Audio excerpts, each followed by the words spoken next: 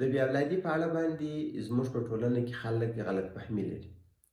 ځینې کسان دي کله چې واده وکړي 2 میاشتې بعد نور ډاکټرانو ته ځي روانې وایي زما اولاد نه کېږي. زموږ خلک غواړي چې څنګه یې واده وکړي باید په 5مه ورځ باندې نور بیا مېرمن حامله وي یا هم په اولو په 2 میاشتې مېرمن حامله وي. راسئ اوله دا اقامت یا بې اولادي وپېژنئ تاسې. هر کله چې طبابت څه وایي؟ وایي هر کله چې د 12 میاشتو لپاره خاوند او مېرمن متکرر جنسي رابطه ونیسي او بیا مېرمن حامله نسي، موږ وایو چې په دوی دوو کې یو په اقامت اخته ده، یا هم په دوی دوو کې په یوه کې مشکل موجوده، باید د هغه لپاره معاینات وسي، پلټنې وسي او د هغه تداوي وسي.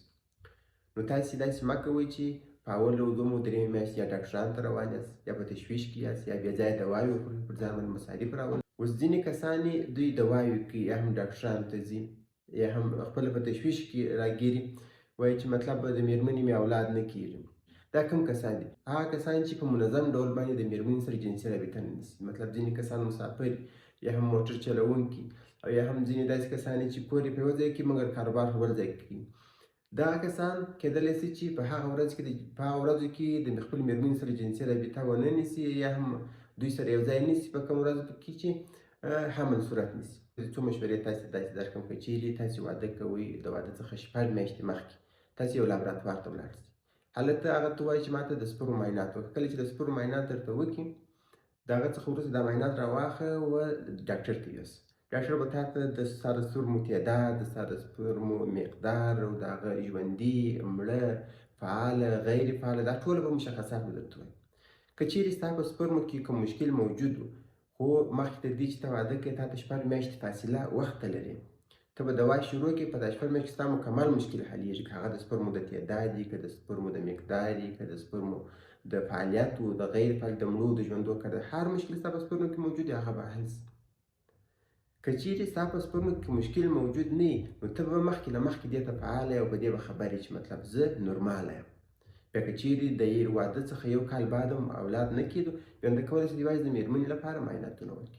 که چیرې تاسې غواړئ د اقامت څخه وساتل شئ او په لنډ وخت کې خپله مېرمن حامله کړئ، تاسې څو شیان په نظر کې ونیسئ. اول خو هغه د سپرم معاینات ځان ته وکړئ. که چیرې په سپرمو کې مشکل موجود و هغه حل کړئ، ډاکټر څخه دوا واخلئ، د متکرر شکل سره یې وخورئ دوامداره، مشکل مو حلیږي.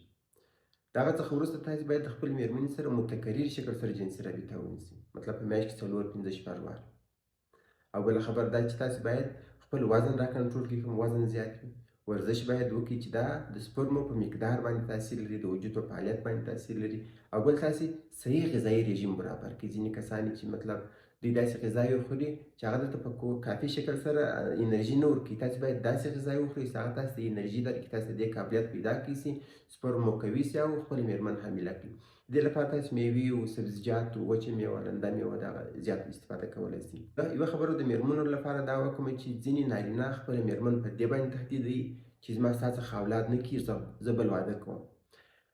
هر کله چې یوه خور ته خپل خاوند وایي چې زه بل واده د دې په خاطر باندې کوم چې ته په اقامت اخته یې، اول خو دا دی چې مطلب دې ته 2 نفر پیدا کړي په کور کې د جنجال لپاره، یو زمینه سازه فکتور یې ورته پیدا کړي.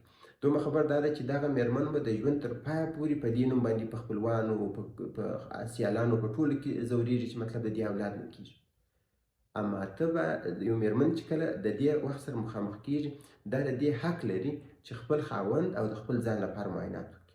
ولاړ دې شي لابراتوار ته، د ځان لپاره دې معاینات وکړي، د خاوند لپاره دې معاینات وکړي. معاینات ترې راواخلي، ډاکټر ته دې کښېږدي چې مشکل په چا کې ده، په خاوند کې ده که په مېرمن کې ده.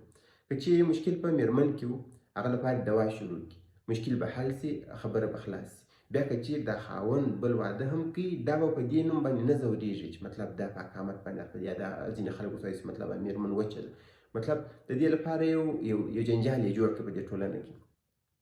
که چیرې بیا داسې چې مطلب د مېرمنې د مریضي باوجوده هغه د حلېدو وړ نه وي یا هغه نه حلېږي، بیا کولی شي چې دا مېرمن خپل خاوند ته اجازه ورکړي چې ته بل واده وکړه.